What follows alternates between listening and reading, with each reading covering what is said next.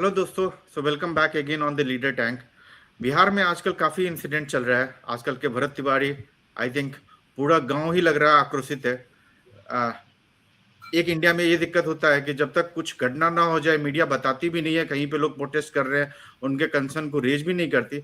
और जब इंसिडेंट हो जाती है तो मीडिया जाती है, लेकिन फिर भी वो कवर नहीं कर पाती। तो इसी बात पे हम डिस्कस करेंगे कि हमारी डेमोक्रेसी जो लिखी गई थी कि हम नेता चूज करेंगे, वो हमको रिप्रेजेंट करेंगे। क्या नेता हमको रिप्रेजेंट कर रहे हैं? क्या वहां के एमएलए और एमपी उस जो जनता, जो बच्चा था या जो भी लड़का था भरत तिवारी, ऑब्वियसली उसने भी कुछ गलतियां की है, क्योंकि गन उठाना तो अच्छी बात नहीं है पुलिस के सामने पर्टिकुलरली। लेकिन जो भी है, क्या उनके नेता ने उनको रिप्रेजेंट किया या नहीं किया? तो सुधांशु जी, आपका फर्स्ट टेक क्या है? आपने तो जरूर सुना होगा इस न्यूज के बारे में। जी, ज़रूर, ज़रूर। पहली बात तो बहुत-बहुत शुक्रिया कि इस मीटिंग को ऑर्गेनाइज़ करने के लिए। मैं इस चीज़ को 2 पक्ष में देखना चाहता हूँ। पहली बात तो ये है कि हमारे यहाँ के जो बिहार का जो प्रशासन व्यवस्था है, इस तरह से ढीला पड़ चुका है, जिसका कोई जवाब नहीं। हर दिन आप इस तरह के कोई न कोई घटना देखते ही होंगे। बात जहाँ तक भरत तिवारी की बात है, ऑन पेपर जितने हम लोग न्यूज़ में देख रहे हैं, तो he was having some arms in hand. तो उसके पास एक गन था, ये ऑब्वियसली इट्स नॉट गुड, वो गलत था। लेकिन अगर किसी अपराधी का अगर बैकग्राउंड अगर देखा जाए, तो उस अपराधी, उस व्यक्ति के लिए अपराधी कहना तो बिल्कुल ही मैं नहीं समझता कि वो एक अपराधी था, क्योंकि उसका कोई ऐसा पास्ट बैकग्राउंड हिस्ट्री ऐसा रहा नहीं है। हो सकता है he was fighting for his village and fighting for some different kind of issues, बस इस तरह का कोई उसका व्यक्तिगत बैकग्राउंड नहीं था। दूसरी बात, जहां तक हम देखें अपनी पॉलिटिकल सिस्टम्स के बारे में, जहां हमारे मेंबर ऑफ पार्लियामेंट और एमएलएज किसी चीज को पॉइंट आउट करते हैं, कोई भी एक व्यक्ति उस विधानसभा से या उस लोकसभा का जो निर्वाचित लोग हैं, इस चीज का कोई कंडेम भी नहीं किया और ना ही उस चीज का अकाउंटेबिलिटी लेता है। और पूरी मीडिया में एक इस तरह का नैरेटिव सेट हो गया कि जो why this kind of things are happening only with a particular caste. हमारे यहाँ बहुत इजी होता है किसी भी मेथड्स को, किसी भी इंसिडेंट्स को कास्ट से जोड़ देना। तो ये एक बहुत ही रियली निंदनीय घटना है, और मैं नहीं समझता कि जो इस तरह की अकाउंटेबिलिटी जो है वो पॉलिटिकल सिस्टम्स में होनी चाहिए। और पॉलिटिकल पार्टीज को और वहाँ के जो पॉलिटिकल मेंबर्स हैं, उनको इस तरह का जिम्मेदारी लेना चाहिए और इस पर कड़ी एक्शंस होनी चाहिए। हाँ, ये सबसे ज्यादा इम्पोर्टेंट है हमारे डेमोक्रेसी में। हमारे रिप्रेजेंटेटिव जो समझते हैं, पुलिस को समझते हैं, उनके पास रीच है सीएम तक, उनको फ्रंट में आना चाहिए। सो विभूति जी, आपका क्या इस चीज पे टेक है? ऑब्वियसली आपने भी वॉच किया ही होगा इंसिडेंट के बारे में।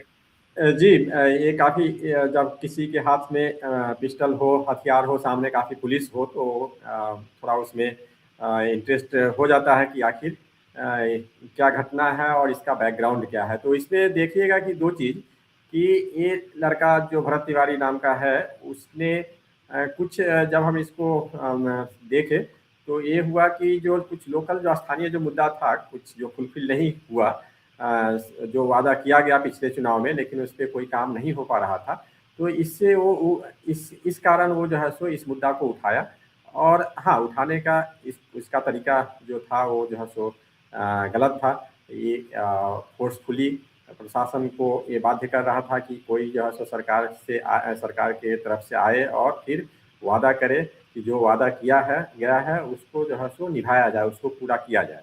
तो हाँ, इस पर जनता तो बोलती ही है कि जो जो आपने वादा किया है, जो बाढ़ के कारण कुछ कटाव वगैरह हुआ था, उस पर काम करने का, उस पर अभी तक 6 महीना से ऊपर होने जा रहा है, लेकिन कोई काम नहीं किया गया।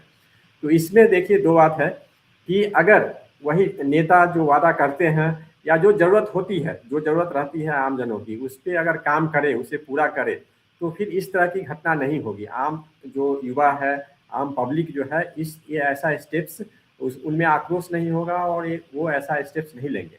हाँ, ये इस तरह का जो हाथ में हथियार लेकर के प्रशासन के सामने धमकाना, ये तो बिल्कुल गलत है। ये तो नहीं करना चाहिए। इससे प्रशासन का और लोगों का भी मनोबल जो है सो गिरेगा, प्रशासन के पर अविश्वास होगा। तो ये तो उस बच्चे को बिल्कुल नहीं करना चाहिए। अगर वो किया तो प्रशासन को पूरी कोशिश करनी चाहिए कि उसे हथियार डलवाने का, और शायद उसने हथियार डाला भी, उसके बाद अगर हथियार डाल देता है तो उसे पर कोई कार्रवाई नहीं करनी चाहिए, उसे अरेस्ट करना चाहिए। और अगर हथियार नहीं डाला तो उसे कोशिश करना चाहिए कि पैर में या कुछ इस तरह से घायल करके उसे अरेस्ट करें। हाँ, ये बात जरूर है कि इस इंसिडेंट में ये देखा गया कि जो क्लेम किया जा रहा है, पर्टिकुलरली जन स्वराज काफी एक्टिव है। आई थिंक कल जन स्वराज के लीडर ही हैं जो अभी तक लग रहा है कि शायद वो फ्रंट पे गए हैं, बाकी तो हमने न्यूज शेयर नहीं देखा है। और किसी आदमी का ये एक्सपेक्ट करना कि गवर्नमेंट आके हमसे बात करे, आखिर हम जनप्रतिनिधि चुनते किस लिए हैं? अगर वहां के एमएलए और एमपी नहीं आ सकते तो उनका काम ही क्या है? फिर अगर पुलिस को ही सब कुछ हैंडल करना है, क्योंकि पुलिस तो कानून को अप्लाई करती है, रिप्रेजेंट करने का काम हमारे जनप्रतिनिधि का है। तो अगर वो कोई आदमी अगर डिमांड कर रहा है, और ऑब्वियसली वो डिमांड तो काफी टाइम से कर रहा है, बिना हथियार उठा ही ये मुद्दा पहुंच जाना चाहिए था गवर्नमेंट को आके बात करनी चाहिए। अगर कोई नहीं उठ रहा है तो ऑब्वियसली अच्छा नहीं है गन उठाना, लेकिन सेम टाइम ये भी देखा जाए कि गवर्नमेंट को भी सुनना चाहिए कि हम राइट टाइम पे सुने, जिससे कि लोग हथियार ना उठाएं। तो सुधांशु जी, आपका इस पे क्या? मैं इसमें एक पॉइंट में इसमें ऐड करूंगा, जहां तक मैं न्यूज को फॉलो कर रहा हूं, मुझे ये पता चला कि जो वो व्यक्ति जो है भरत तिवारी, पुलिस को देखने के बाद कुछ देर के बाद उन्होंने सरेंडर भी किया है, और ये पुलिस वाले ने सरेंडर होने के बाद उन पे गोलियां चलाई है। आमतौर पे पुलिस जब गोली चलाती है वो पैर के निचले हिस्से में, घुटनों से नीचे उन्हें चलाने का आदेश होता है, जब तक कोई कोई इस तरह का व्यक्ति अगर उस पर शूट नहीं कर रहा हो या भाग ना रहा हो। तो ऐसे केसेस में अगर पुलिस उसके बॉडी पे अगर बुलेट चलाती है, उसको खून कर देती है, तो ऑब्वियसली बिल्कुल एक सवाल तो उठता है कि हमारे प्रशासन व्यवस्था पे कड़ी सवाल उठना चाहिए, क्योंकि इस तरह के आप कोई भी अपराधी को आप इस तरह से उसको डेड नहीं कर सकते, राइट? उनको घायल करके ही आपको लाना है, तभी तो पता चलेगा इसका रीजन क्या था। तो ये तो रियली गलत हुआ। एंड ऑनेस्टली अगर इस चीज को अगर देखा जाए तो हमेशा दो पक्ष होते हैं, दो तरह के विचारधारा वाले लोग हैं, जो एक उनके सपोर्ट में खड़े रहेंगे और ऑब्वियसली दूसरा जो है उनके विपक्ष में खड़े रहेंगे। तो मैं इस चीज को जरूर मानता हूं कि कहीं ना कहीं प्रशासन का भी फेल्योर रहा कि उस चीज को घायल करके ही ले जाना चाहिए था। आफ्टर सरेंडर होने के बाद उसे डेड करना और उस पर काफी शूटिंग करना ये उचित नहीं है। हाँ, पर्टिकुलरली अगर हम ये देखें कि अगर उसने रियली सरेंडर किया है, जो कि बहुत लोग क्लेम कर रहे हैं, मैं भी अभी तक वीडियो देखा नहीं हूँ कि जहां पे कहा जाता है कि वीडियो प्रूफ है कि उसने सरेंडर कर दिया, तब ये तो साफ, अगर उसके बाद अगर मारी गई है तो ये तो एक तरह से मर्डर है। क्योंकि अगर किसी ने रियली अगर हथियार डाल दिया है, क्योंकि गोली चलाने का पुलिस को नॉर्मली हक तब बनता है, मैं मानता हूँ आर्म्स में भी खतरा है, लेकिन वो तब बनता है जब कोई फायरिंग किया हुआ है। अगर वो केवल आर्म्स है तो वो फिर भी सेकंड लेवल पे है, और जब उसने आर्म्स रख दिया तो प्योरली एक मर्डर है। अगर उसके बाद अगर आपने हिट किया है तो गवर्नमेंट को तो आंसर आके देना ही चाहिए, केवल मीडिया से और इंफॉर्मेशन देने से तो काम नहीं चलेगा। और जी, आपका क्या फाइनल टेक है? जी बिल्कुल, मैं पहले ही बोल चुका हूं कि अगर पुलिस को चाहिए कि अगर वो हथियार नहीं डालता है तो उसे जैसे सुधांशु जी बोले कि उसके घुटने के नीचे हिस्से में उसको गोली चला करके, या और बहुत सारे तरीके हैं, उसको पीछे से उसको उलझा कर, बाद में उलझा करके पीछे से कभी पकड़ा जाता है। तो दूसरा मेथड उसको अप्लाई करके और उसे अरेस्ट करना चाहिए। और अगर वो हथियार डाल दिया है कि जिसपे कि कुछ डाउट है, कंप्लीट वीडियो मैं भी एक जगह देखा हूँ लेकिन उसको डालते हुए नहीं देखा, तो इसलिए मैं उस पे कुछ बोल नहीं सकता। लेकिन अगर हथियार डाल दिया है तो, और उसके बाद अगर पुलिस द्वारा गोली चलाई गई है घुटना के नीचे या कहीं पर भी, तो ये जो है सो एक चिंता का विषय है। प्रशासन के द्वारा ये जो है सो गलत कदम है, उसका निंदा करना चाहिए और उस पर पुलिस को, प्रशासन को, सरकार को जवाब देना चाहिए।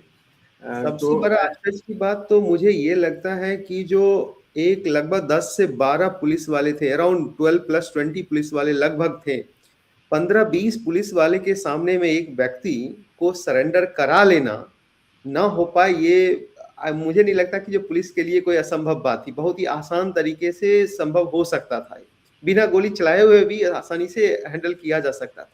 दूसरी बात, हमारे यहाँ के पॉलिटिकल सिस्टम से 1-2 हमारे जो लीडर हैं, जो अभी संसद में बैठते हैं, उनका बयान आया, जब पुलिस के सामने अगर कोई गन दिखाता है तो उसके साथ जो हुआ अच्छा हुआ। समझ जाइए किस तरह के हमारे नेताओं के लिए पॉलिटिकल सिस्टम्स के लोगों के सोच कैसी है वो देख लीजिए। और डायरेक्टली बेस्ड ऑफ बहुत सारे 1-2 और मैं लीडर्स का नाम मैं अभी याद नहीं कर पा रहा हूँ, लेकिन मैं 1-2 लीडर्स का बयान ये सुन रहा था कि जो ये किसी पर्टिकुलर जाति के लोग हैं उनके साथ सही हुआ है। आप इस तरह के छोटे लेवल तक के लोगों को किस तरह की बातें आप कर रहे हैं? एक तो आपके प्रशासन व्यवस्था अच्छा नहीं है, दूसरा, अब एक व्यक्ति की खून हो गई, इस व्यक्ति की मर्डर हो गया है, अब उस पे जो है जातिवाद का टैग लगा रहे हैं। तो जीतन राम मांझी जिस तरह का स्टेटमेंट दिए हैं कि जो कोई पुलिस को गन दिखाता है उसको खून कर देना चाहिए, भाई इसका मतलब हमारे यहाँ कोर्ट की कोई जिम्मेदारी नहीं है, तो कोर्ट बंद कर दे फिर। अगर ऐसे ही अगर किसी चीज का फैसला लिया जाएगा तो बढ़िया है, फिर कोर्ट बंद कर दिया जाए ना, सीधा सूट पे ही काम हो जाएगा। लेकिन इस तरह के अकाउंटेबिलिटी लेने वाले पॉलिटिकल सिस्टम में लोग नहीं है, and we should also think कि हमारे लोग, हमारे सांसद विधायक अकाउंटेबिलिटी लें। हाँ, अब तीसरे सेगमेंट पे आते हैं कि ठीक है, एक तो हुआ कि जब ये इंसिडेंट हो गया उसके बाद हम लोग डिस्कस कर रहे हैं, पर आपको नहीं लगता कि इस हमारे डेमोक्रेसी में, है ना, जब जब कोई आदमी प्रोटेस्ट आवाज उठाता है तो हमारे नेता तो सामने आते नहीं है, उस आदमी के पास चारा क्या है कि वो अपना आवाज नेता तक पहुंचा पाए, मीडिया पे पहुंचा पाए, क्योंकि वो आवाज तो उठता ही नहीं है। ऑब्वियसली हम लीडर टैंक बनाने की कोशिश कर रहे हैं जहां अगर कोई नेता नहीं आवाज उठाए तो वो प्लेटफॉर्म का यूज करे, लेकिन आपको क्या लगता है कि उनके पास क्या प्लेटफॉर्म है, कैसे वो अपना आवाज उठा सके? क्योंकि नेता तो ऐसे सोए रहते हैं, जब मर जाता है तो वो जातिवाद और इन चीजों में घुमा देते हैं, वो भी एक घुमाना ही है कि लोग उनसे क्वेश्चन न पूछ सके। तो सुधांशु जी, आपका इस पे क्या टेक है कि लोग कैसे अपने मुद्दा को गवर्नमेंट तक पहुंचाए? मैं इस चीज के लिए एकदम फ्री एंड फेयर चीज अगर बताना चाहूँ, गवर्नमेंट तक मुद्दा पहुंचाने के लिए हमारे पास बहुत सारे साधन हैं, लेकिन पिछले कई सालों से एक भी साधन जो है वो परफेक्टली काम नहीं कर रहा है। आप पास्ट का इतिहास उठा के देख लीजिए, नीट का पेपर लीक से लेके 15-16 लोग ने आत्महत्या कर लिया, उसके लिए लोगों ने प्रोटेस्ट किया, क्या हुआ उसका? सरकार तक बातें पहुंच गई, क्या हुआ? कुछ नहीं हुआ। कुलदीप सेंगर वाला मामला देख लीजिए, पूरे लोगों ने प्रोटेस्ट किया, उस पर क्या हुआ? सरकार तक बातें पहुंच गई, कुछ नहीं हुआ। उसके बाद देखिए पहलवान लोगों वाला केस देख लीजिए, सरकार तक बातें पहुंच गई, कुछ नहीं हुआ। इससे पहले अग्निवीर वाला मामला देख लीजिए, उसमें थोड़ा बहुत जब आंदोलन व्यापक रूप ले लिया था तब जाके थोड़ा बहुत कुछ हुआ था। तो हमारे डेमोक्रेटिक सिस्टम में सवाल और परेशानियां पब्लिक गवर्नमेंट तक पहुंच भी जाती है ना, फिर भी गवर्नमेंट उस चीज का को नजरअंदाज कर देती है, वो अपने ईगो में रह जाती है। तो protest is one of the big good way कि हम अपने प्रॉब्लम्स को गवर्नमेंट के पास पहुंचाएं, लेकिन उससे कुछ हो तो नहीं रहा है ना। वो व्यक्ति इस तरह का स्टेप्स कोई शौक से तो नहीं लिया होगा, राइट? तो हाँ, मुझे भी यही लगता है कि अगर गवर्नमेंट एक बार नहीं सुनती है और जब बंदा गन उठा लेता है तो आप कहते हो कि गन उठा लिया, तो लोगों के पास आपने चॉइस ही क्या छोड़ा है? आपको जब आवाज उठाती है तो आप कहते हो हमें केयर नहीं है, जब कोई बेचारा बहुत ज्यादा एग्रेसिव हो जाता है तो आप कहते हो बहुत ज्यादा एग्रेसिव हो गया। अरे जब आप सुनते ही नहीं हो तो लोगों के पास चॉइस क्या बचेगा? बिल्कुल, सो अभी देख फाइनल लीजिए ना, टेक। जस्ट वन मोमेंट और लूंगा मैं। अभी देख लीजिए, लगभग 15 स्टूडेंट्स, नीट के स्टूडेंट्स ने आत्महत्या कर लिया। Who will take the accountability of this 15 families? कौन लेगा? कोई नहीं लेगा। अगर यही बच्चे, जिस तरह से ये पेपर लीक, कोई नई बात तो थी नहीं, बहुत दिन से होता आ रहा था, जस्ट मैं एग्जांपल दे रहा हूँ, तो अकाउंटेबिलिटी तो कोई ले ही नहीं रहा हमारे यहाँ। सही बात। विभूति जी, आपका क्या टेक है? लोग अपना मुद्दा उठाएं कैसे? अगर ये तो ठीक है, गन गन उठा लिया तो तुम गोली लग जाएगी और ये हो जाएगा, और जब जाके प्रोटेस्ट करते हैं तो कोई सुनने वाला नहीं है, तो आपके अकॉर्डिंग लोगों के पास चॉइस क्या है इस डेमोक्रेसी में, या डेमोक्रेसी के नाम का रह गया हमारे कंट्री में? नहीं, सिर्फ नाम का तो नहीं है। हाँ, इससे इतना हतोत्साह होने की जरूरत नहीं है। लोगों के पास सबसे बड़ा टूल है वो वोटिंग का, जो कि 5 साल में संजोग से 5 साल में आता है। हाँ, लेकिन सबसे बड़ी दिक्कत हो जाती है कि सरकार वो सही ढंग से काम नहीं करती है। वो लंबे अवधि के लिए काम नहीं करती है। वो 1 साल, 2 साल, 5 साल एक बार आ गई तो किसी तरह से सोचती है कि जो 5 साल कैसे बीत जाएगा। हाँ, झूठा वादा करके, बहाना करके, जातिवाद, धर्म, इन सब मुद्दों पर भटका करके वो 5 साल अपना निकालना चाहती है, सोशल इंजीनियरिंग करके। तो सबसे बड़ी दिक्कत ये है, और इसके पीछे बहुत सारे कारण हैं। फंड्स है, पॉपुलेशन है, इतना बड़ा जो है अनएम्प्लॉयमेंट है, तो ये बहुत सारे मुद्दे हैं और इस सब के से निकल नहीं पाते हैं, और तब बाकी मुद्दों पर जो है सो भटकाते हैं।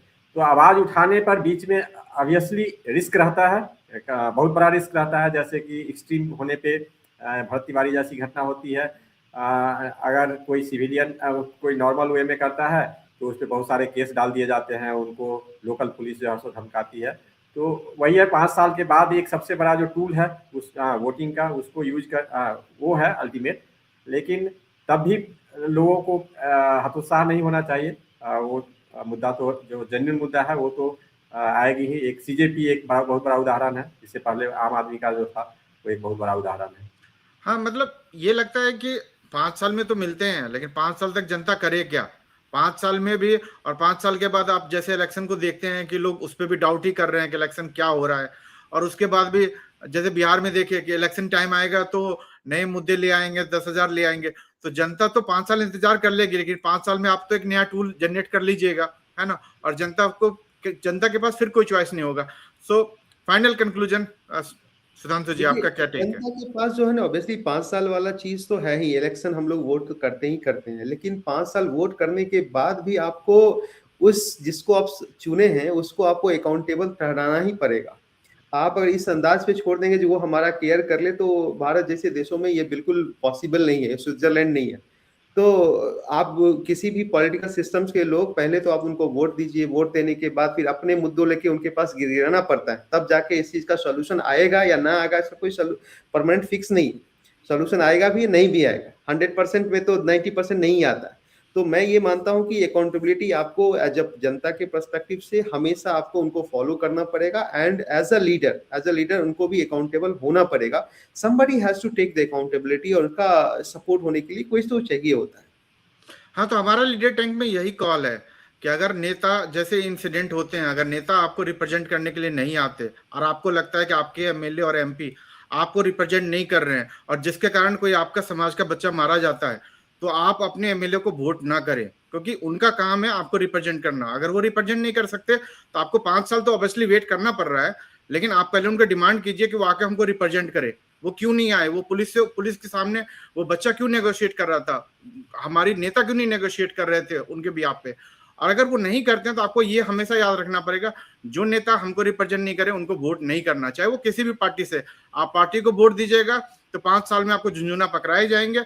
आप भूल जाइएगा कि भरत तिवारी कौन था, हमको पटना में कैसे झेला गया, हर जगह इंसिडेंट कैसा हुआ। तो ये आपकी रिस्पॉन्सिबिलिटी है एज ए जनता कि आपको ध्यान रखना है कि अपने नेताओं को रिप्रेजेंटेटिव बनाइए, उनको विधानसभा में बैठ के एंजॉय करने के लिए नहीं इलेक्ट किया गया है। बिल्कुल। Thank you. Thank you.